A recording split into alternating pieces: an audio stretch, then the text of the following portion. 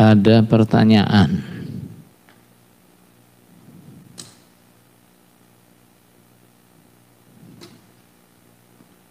mengenai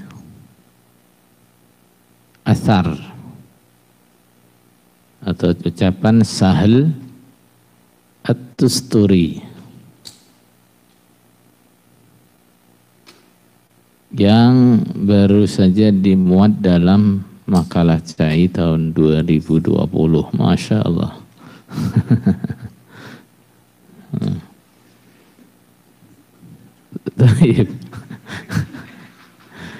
Ini berarti belum move on ini.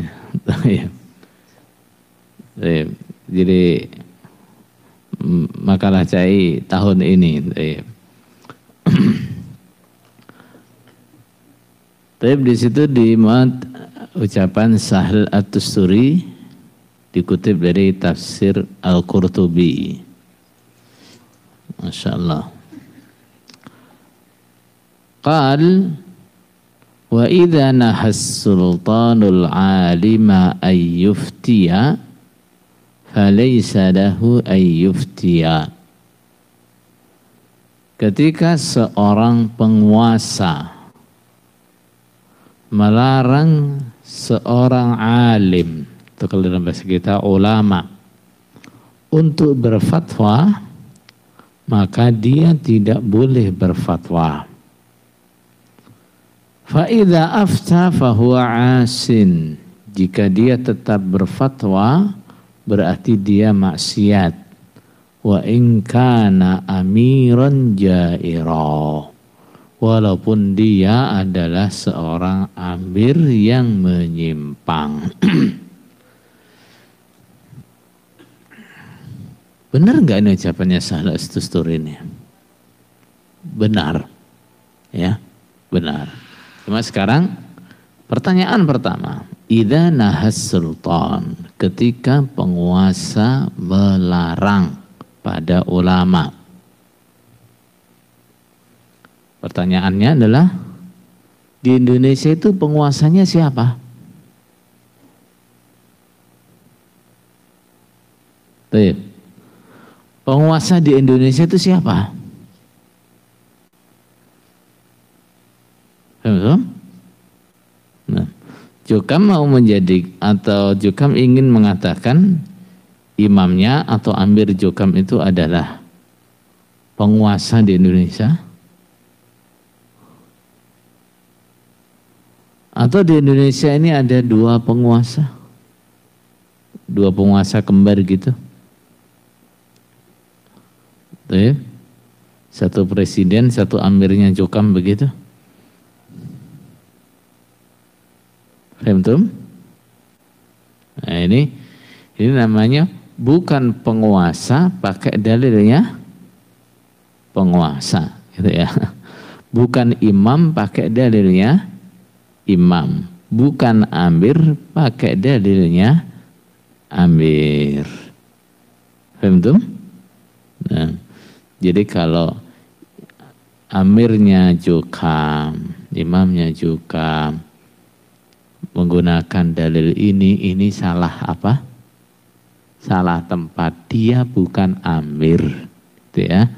Dia bukan sultan, dia bukan imam, tapi orang yang merasa dirinya sebagai imam, sebagai amir atau sebagai sultan. Imam Ahmad mengatakan, siapa sih imam itu ketika dia ditanya? Siapa sih yang dimaksud dengan imam yang harus ditaati oleh orang-orang Islam?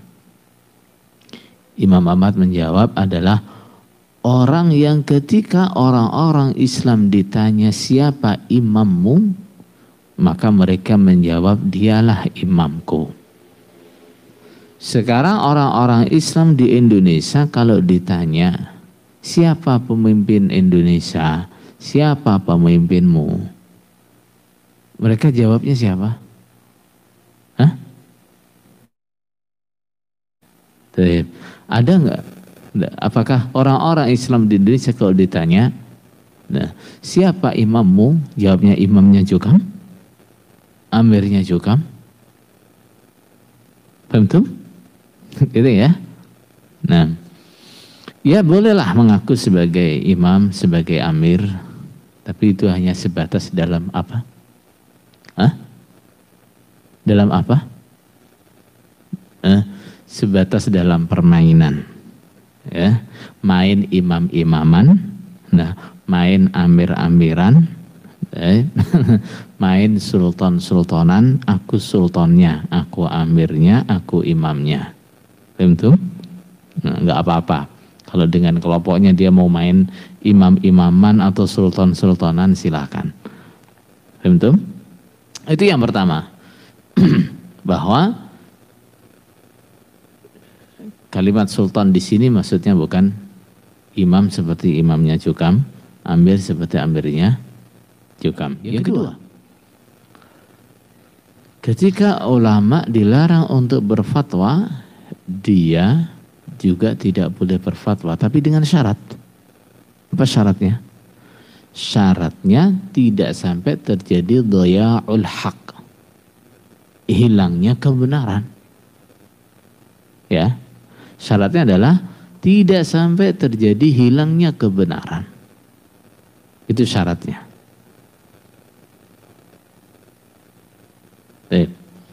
Karena berfatwa itu hukumnya adalah apa?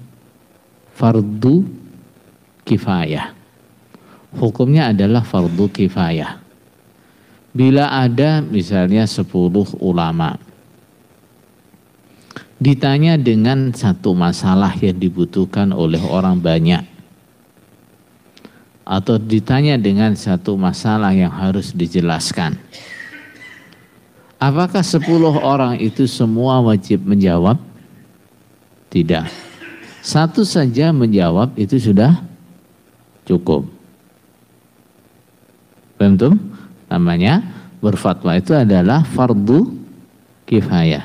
Tapi yang namanya fardu kifayah, kalau semuanya diam tidak ada yang mau berfatwa, semuanya salah. Paham? Nah, jadi kalau misalnya sultan, ini sultan yang benar loh ya. Sultan melarang seorang ulama untuk berfatwa atau mengajar di tempat umum misalnya, dia harus taat selagi apa? Masih ada ulama lain yang menyampaikan, masih ada ulama lain yang bisa dan mampu berfatwa, masih ada ulama yang lain yang mau berfatwa dengan benar. Faham? Dia harus taat. Karena apa? Ini fardu kifayah dan sudah ada yang mencukupi. Faham? Tapi kalau dia gak boleh berfatwa, kemudian ulama lain gak ada yang berani berfatwa, atau selain dia tidak ada ulama di situ, dia gak boleh berfatwa, dia harus taat. Haram bagi dia untuk taat. Kenapa? Itu sudah maksiat. Kenapa? Taatnya dia dalam kondisi seperti itu mengakibatkan dhaya'ul haq. Nah, dhaya'ul haq, hilangnya kebenaran. Paham tuh? Jadi dia taat apabila taatnya, dia tidak boleh berfatwa apabila masih ada yang berfatwa dengan benar. Kalau sudah tidak ada yang berfatwa dengan benar, maka dia harus berfatwa. Kenapa? Ini adalah fardu kifayah. Dan kebenaran itu harus disampaikan. Kalau semua diam, salah semua. Maka ketika semuanya diam, kemudian satu orang berani bicara, dia disuruh diam, dia nggak boleh diam, dia harus bicara. Paham tuh?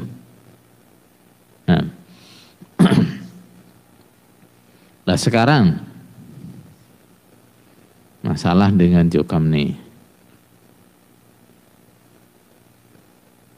Imamnya yang aku sebagai apa tadi? Sultan atau amir atau imam, di kelompoknya mengajarkan pemahaman-pemahaman yang menyimpang dari Quran hadis. Kemudian ada mubalignya, meluruskan, menyampaikan, oh itu salah, itu gak benar. Kemudian imamnya melarang, jangan, kamu gak boleh menyampaikan, kamu gak boleh ngajar. Setiap ada mubalignya yang menyampaikan kesalahannya juga gak boleh ngajar. Tuh. Seandainya imamnya juga adalah sultan yang dimaksud dalam ucapannya Sahal At-Tusturi, mubalignya yang tidak boleh ngajar, tidak boleh menyampaikan, itu harus taat. Apabila selain mereka masih ada mubalig jokam yang mau menyampaikan, yang mau meluruskan. Betul? Kalau selain mereka yang dinonaktifkan atau dilarang ngajar, ya, itu tidak ada yang berani menyampaikan, semuanya diam, maka dia tidak boleh mengikuti. Terus ikut-ikutan diam, tidak boleh. Makanya Imam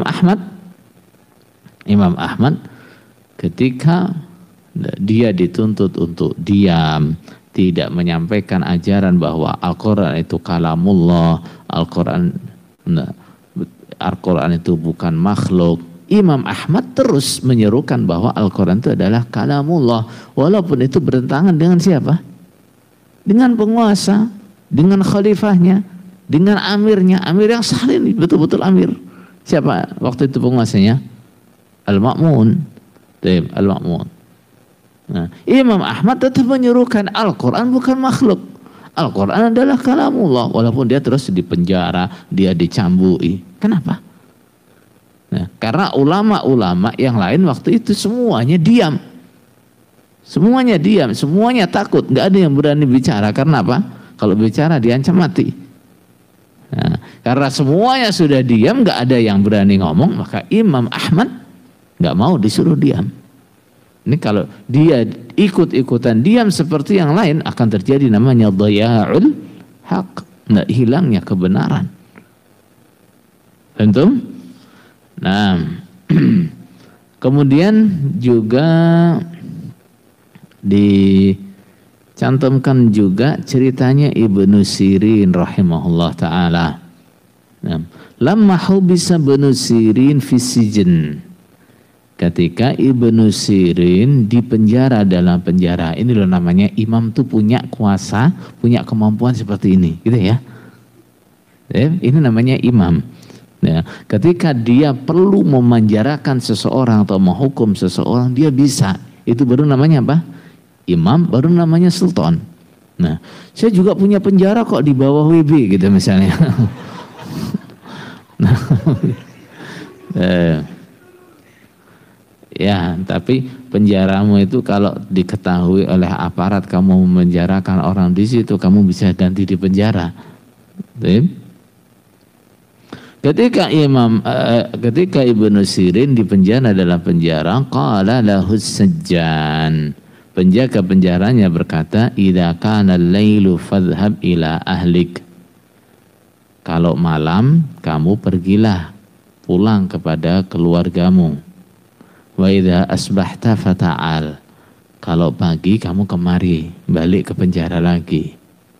Qala, Ibnu Sirin jawab, la wallah, la akunu laka aunan ala khiyanatis sultan.